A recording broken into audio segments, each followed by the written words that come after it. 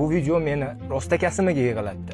Kolumbiyalik muxlislar aynan raqiblarimiz O'zbekiston deya baqirganlari emas, balki mana shu jajjigina muxlisning unsiz, sassiz, sadosiz og'zini berkitgan holatda vatan jamoasini qo'llab-quvvatlashi meni yig'latdi. Afsuski, ba'zi bir katta yoshdagilar shu jajji bolakaychalik vatan jamoasini qo'llab-quvvatlay olmayapti. E'tibor bering, uning qo'llari og'zida jimgina muxlislik qilyapti. Lekin biz nima qilyapmiz? 48 ta jamoa bo'lgandan keyin albatta chiqadi-da jahon chempionatidagi deyotganlar Italiya, Polsha kabi qudratli futbol imperiyasiga ega bo'lgan davlatlar qolib ketyapti. MDH davlatlari, butun turkiy xalqlar bizni qo'llab-quvvatlayapti. Nafaqat xalqimiz, balki davlatimiz rahbari ham o'yin o'tgan zahoti yigitlarimizni qo'llab-quvvatlab murojaatlar qilyaptilar.